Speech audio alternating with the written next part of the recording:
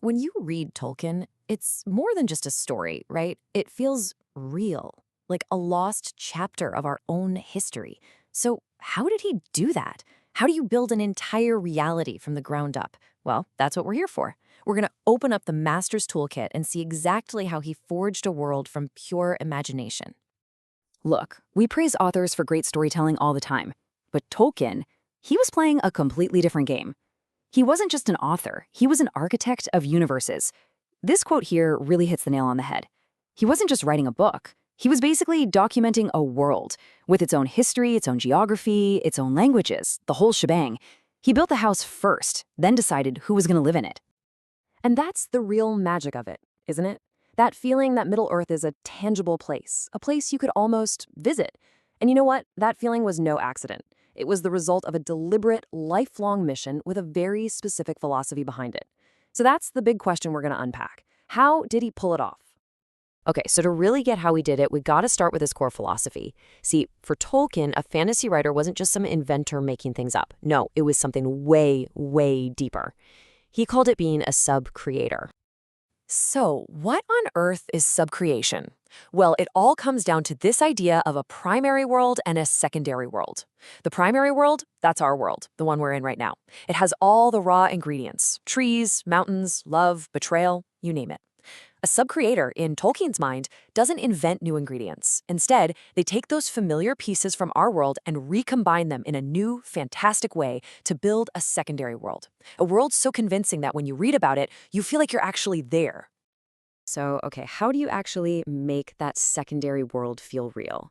Well, if you dig through Tolkien's own letters and essays, it really boils down to three crucial ingredients: depth, detail, and maybe most importantly, consistency. Depth? Oh man, this is the secret sauce right here. Think about it. When a character in Lord of the Rings casually mentions some ancient hero or sings a tiny piece of an old song, that wasn't just filler. Tolkien probably had that entire legend written out somewhere.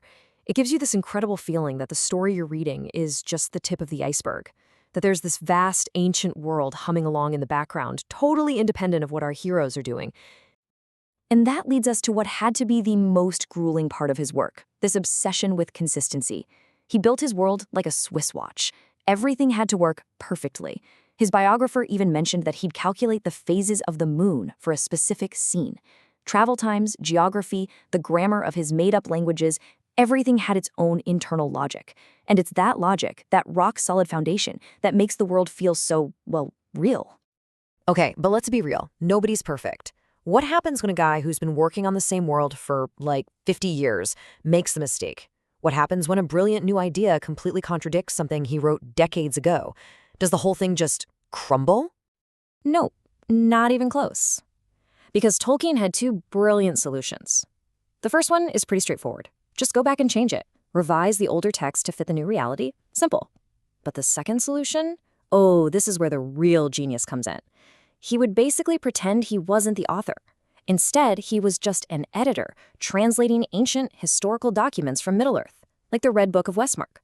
So if there was a contradiction, that wasn't his mistake. Oh no, it was just a discrepancy between different historical sources within the world. How clever is that?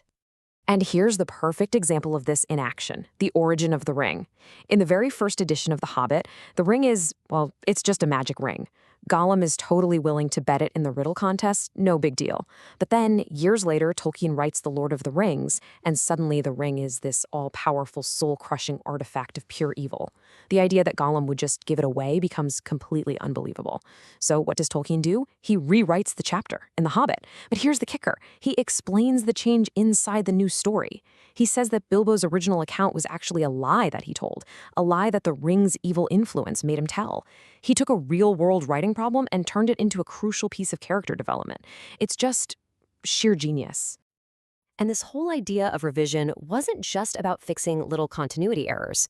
The entire vibe of Middle-earth, the whole presentation, changed dramatically between his two biggest books.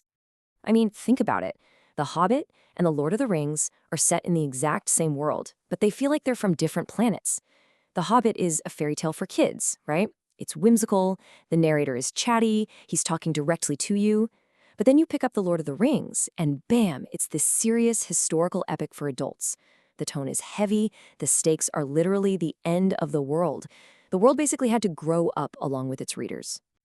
And yeah, that early, more whimsical version of Middle-earth had some, let's call them quirks, things that Tolkien himself later admitted were probably mistakes. You've got hobbits with umbrellas, drinking coffee, I think there were even policemen in some of the first drafts. And look, those things are fine in a kid's story, but when you put them next to the ancient, epic world of The Lord of the Rings, they just feel, well, weird. They kind of stick out. So why did he do it? Well, one theory is something called the principle of accommodation. It's this idea that sometimes you have to sacrifice a little bit of perfect accuracy to make sure your audience is along for the ride. I mean, for a kid reading The Hobbit, it's way easier to just say Bilbo drank coffee than to invent and explain some weird fancy drink. It's a trade-off, really. Perfect consistency versus clear communication. Okay, so all of this leads us to what I think is the single biggest misunderstanding about Tolkien's world.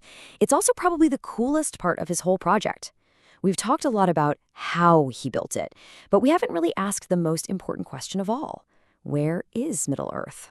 Most people just assume it's some other dimension, right? A total fantasy land that has nothing to do with us. But what if that's completely wrong? What if Tolkien meant for it to be a real place? A place with a much, much deeper connection to us. So on the one hand, you have what everyone thinks, that Middle-earth is its own separate thing. But on the other hand, you have what Tolkien actually intended. And the truth is, he never ever thought of Middle-earth as some other planet or dimension. His entire life's work was about creating a forgotten mythology for England, an imaginary ancient prehistory for, well, for our world, for planet Earth. And hey, don't just take my word for it. Here it is in black and white from Tolkien himself. He was crystal clear that this history is supposed to take place in a period of the actual old world of this planet. Let that sink in. We are living in a later age of the exact same world that Frodo and Aragorn lived in. And he wasn't being vague about it either.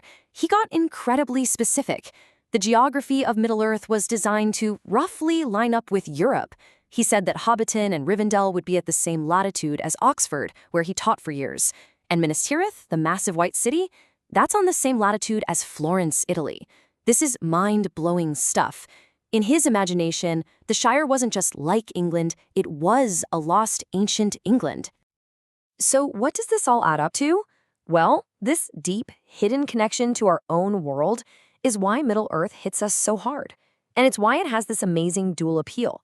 It draws people in for two totally different, almost opposite reasons. On one side, you have people who see Middle-earth as a game. It's this incredibly complex puzzle box. You can learn the languages, you can memorize the family trees, you can master the timelines. It's a system to be figured out. But on the other side, the appeal is pure myth. It's this haunting idea that our ordinary, everyday world has this magical, heroic past, that it's not just a fantasy story, it's our lost history. And that gives our own world a kind of magical, melancholy feeling. And that leaves us with one last big thought to chew on. Tolkien set out to create a mythology for a country he felt had lost its own. But if we really take him at his word, if we are living in a later age of Middle-earth, then you have to ask yourself, what legends are we making right now? In a few thousand years, what stories will they tell about us?